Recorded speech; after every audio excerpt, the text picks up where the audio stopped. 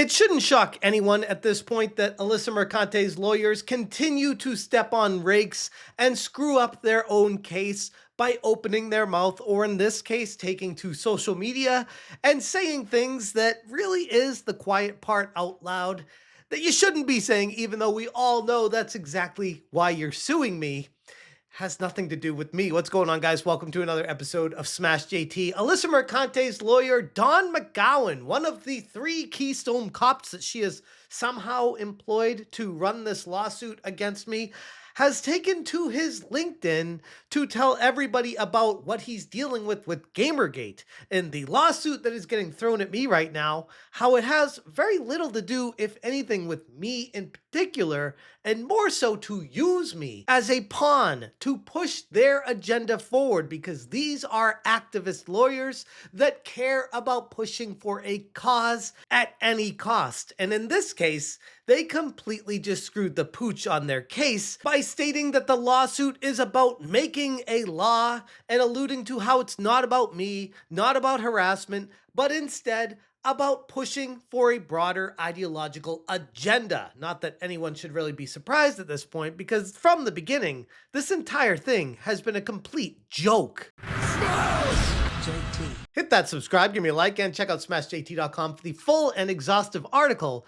breaking down the LinkedIn post from Dawn McGowan, one of the lawyers supposedly representing Alyssa Mercante in this frivolous lawsuit against me specifically, and how he took to LinkedIn with one of the most ridiculous Gamergate rants I've ever seen. I've mentioned on here that I'm working on litigation about Gamergate. Here's a video from our client who decided to chronicle the amount of harassment she receives on a daily basis from the internet's worst people. Somewhat unsurprisingly, the first version of the video was taken down by YouTube because she didn't obscure the email address of the guy who was sending her consistent grape threats. Yes, YouTube, that's definitely private information. If ever you wondered whether YouTube profits from harassment, note that none of the videos where people are reveling in sending her grape threats has ever been taken down. I'm going to start with the last point real quick here on that first paragraph before I go back to the other stuff and say, first off, who is reveling in grape threats on anybody, anywhere? That doesn't happen. Notice how these people can never provide actual receipts of anyone praising these kind of actions, because it doesn't happen. We always disavow it. We always say we don't stand for it. We don't want that kind of stuff in the community. That's not something I'm pushing forward. That's not something anyone I've seen ever push forward. There are always a few people that slip through the cracks that will do unhinged things. We cannot control them. They will do their own actions, and I completely disavow it. I don't control people, though. I don't know what these lawyers think. Somehow I'm some sort of puppet master controlling everyone in the entire world when they take to the internet. I don't have that kind of power. But backing up to he's pushing her video saying that it's the worst people on the internet. Wait, so I'm one of the worst people on the internet? I don't know, Dawn. I kind of take that as personal harassment. If you're saying that at me, that gives the implication that I'm a bad person. And I feel like that's pretty harassing to say that about somebody. I mean, I'm trying to use Alyssa's logic here because that's really the level of harassment that you guys keep complaining about being sent at her. Apparently, it's okay for you guys to say whatever you want, call people names, do whatever you want. But then when we say things about you, oh no, we got to throw some lawsuits at people. When my ex-colleagues from the Pokemon Company watch this video, they will remember this phrase. I want to be more feared than Disney. Because everyone's afraid of Disney because Disney sues. Clearly, Don has some sort of complex where he wants people to be so afraid of him if he joins in on these lawsuits and sues everyone to get his way. But that's not how it works. I'm not afraid of you, Don. I'm not afraid of Alyssa. I'm not afraid of any of you guys, because at the end of the day, ultimately, I know I did nothing wrong. I guess you could say the only concern I have is I hope the court sees it that way too, but that's one of those unpredictable things. You never know how things are going to go in court. But all the things that I've seen coming from you, it seems like a complex of you wanting more power, more control, more laws to push your agenda. That should be a question for the courts and potentially disbarring you. But hey, That's just my opinion. And sure, they talk about how YouTube was taking down her video because she didn't obscure the email address of somebody and going into, well, that was a bad person, so it's okay to share that email address. It's like, no, these are the terms of service on YouTube. It doesn't matter if it's a good person or if it's a serial killer. You do not share personal information on YouTube videos. It's kind of straightforward. As a lawyer, you'd think you'd understand that tiny little tidbit of information when it comes to rules and regulations, but maybe I'm giving you guys a little too much credit. But it continues and says, about 15 months ago, when Alyssa wrote the article she mentions, she also asked where are the men who said last time they would never stand for watching women be harassed. I said, hey, I'm men, and I don't even have a job to lose anymore, which first off, that doesn't really surprise me, Don. Based off of your actions, I'm surprised you even had a job in the first place, but hey, I digress. So I put out a series of tweets in which I referenced my years running trust and safety programs and my various employees, which by the way, whenever I hear someone say I worked in the trust and safety department of anywhere, that's always cover for, we use this as an excuse to overregulate and push an agenda. Trust us, it's for your safety, should be the scariest words anybody ever hears. And he confirms my suspicions by following that up with saying, and how those programs are aimed to keep out assholes, which I always gotta laugh at when I hear someone say that, because who are the assholes? The people that you don't like, the people that ideologically disagree with you and don't want the world to look like the way you want the world to be? That makes us an asshole?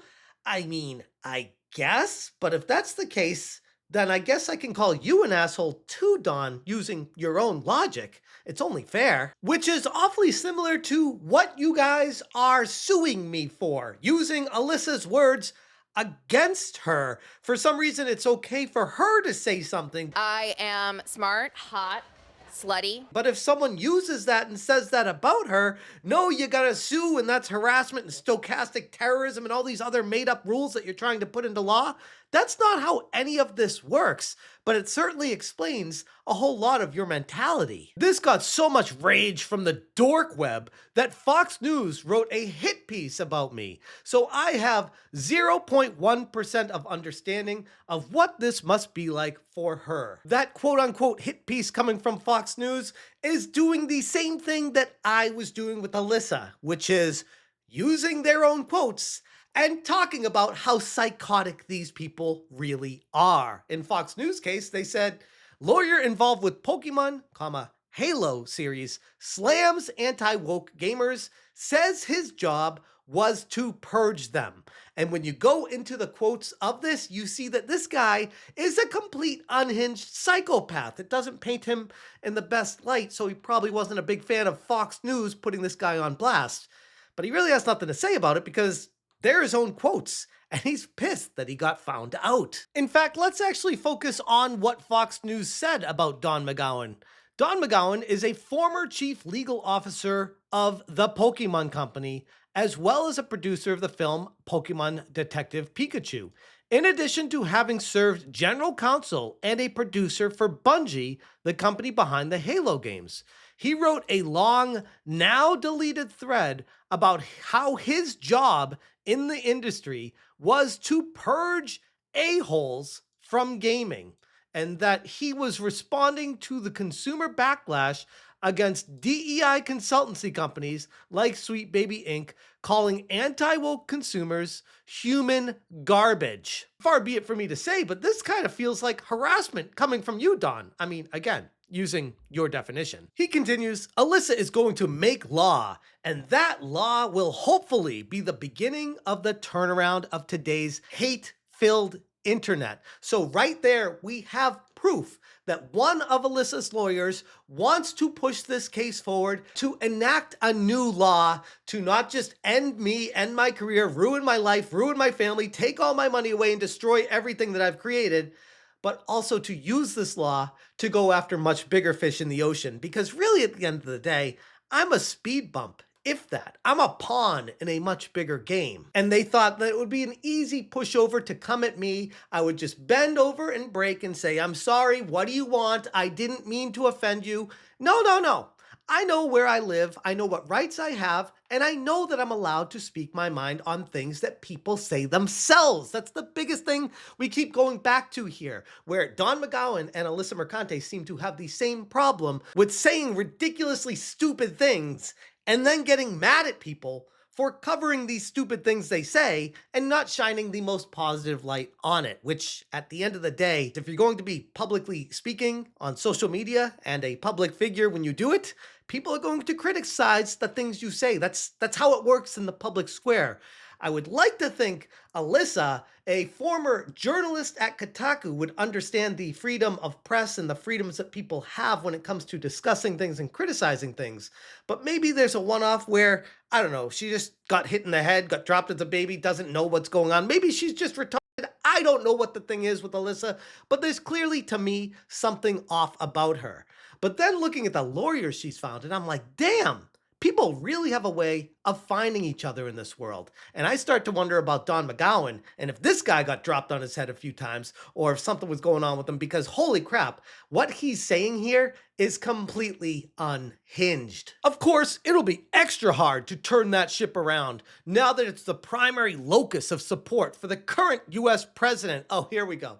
So now he has TDS, of course, in addition to all the other things going on with him. I mean, why is it always the same thing with these NPCs? Every single one of them has the same exact programming and the chip in the back of their head, where they all have to hate Trump, they all have to hate Elon, they all have to hate X, they all have to hate Tesla, they all have to hate gamers, they all have to hate, like, it's the same thought process every single time with these people, because they have an agenda to push and they need to groupthink to get that agenda across. Even still, we beat on. Boats against the current, borne back ceaselessly into the past. I think he was trying to be poetic with the ending there, but it just came across as very cringe. At the end of the day, this lawyer is completely insane. From the people I've spoken to that have interacted with him, from people that have had to deal with him in lawsuits, many people that want to remain unnamed have told me that this guy should be disbarred.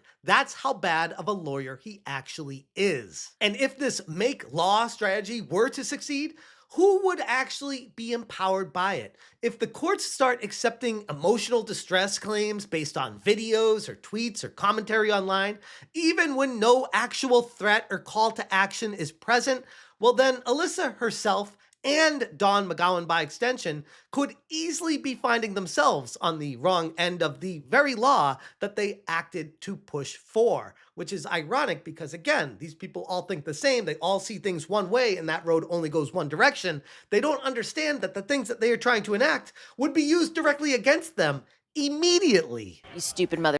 And if you have a problem with that, come fight me. Physically. Has anyone taken you up on that yet? No. And let's be clear, their attempts to cancel, deplatform, and defame the people they disagree with would be considered harassment under the same flimsy, subjective standards that they're trying to establish. I know, you're all very shocked, as am I, that these people come across to me as not the most intellectual people out there. Maybe they're jaded by their own broken thought process. Maybe they're focused so much on the anger that they have for me that they can't see the forest for the trees. Maybe they're just psychos on a rampage. I don't know what it is. All I do know is that this law they're trying to enact against me is to push a new law into action, not necessarily to win against me. In the grand scheme, I'm a nobody, and like I called from day one, this lawsuit is a complete joke. They're using me to enact a law to push their own law firms forward, because if something like this were to get approved and this law got put into action, they would have infinite money, infinite cases, and be able to reference this until the cows come home till the end of time, which again, I go back to, there's no way they should win this case if justice prevails. But at the end of the day, sometimes that can be pretty questionable in the court systems. It's not bravery, it's projection like always. And as someone who's been on the receiving end of their harassment campaign, and I'm not even being tongue-in-cheek when I say that, like, this is actual harassment, throwing a frivolous lawsuit at someone to gain power and control over them is straight up harassment. And I wish they saw the irony in this, but again, that requires being able to see the road going both ways. While they pretend to be victims, I find it pretty laughable that McGowan has the gall here with this post to try to frame it as their crusade against some kind of noble, civilization-saving effort. You're a reject, Don. The laughingstock of the gaming world. Hell, the laughingstock of the law world. From the people I've been speaking to, nobody respects you, and there's good reason for it. Based off of that post alone, I can see why you're a complete joke. And speaking of jokes, so is this lawsuit. On top of being a complete fraud, a Trojan horse dressed up in legalese and faux moral outrage, it's a direct distraction from real issues in the gaming space and a direct attack on anyone who refuses to fall in line with the increasingly hostile, ideologically driven industry. Don McGowan's LinkedIn rant didn't just expose their true motives, it confirmed them. And mine as well. It was never about me in the first place. It was always about control. And they should be laughed out of court for even trying. If they aren't, there's a much greater concern going on here, not just for me, but for everyone. Anyways, I'm going to leave it there. If you guys want more information, check out smashjt.com for the full article breaking all this information down and what a complete psychopath this guy comes across to me as. If you guys appreciate what I'm doing, hit that join button. Thank you so much for watching, and as always, you stay smashing. I wrote a story that would forever change my life. I didn't expect it to. It was just a report dispelling a conspiracy theory that had gained traction in the dank caves of the internet. You stupid motherfucker. Smash, Smash.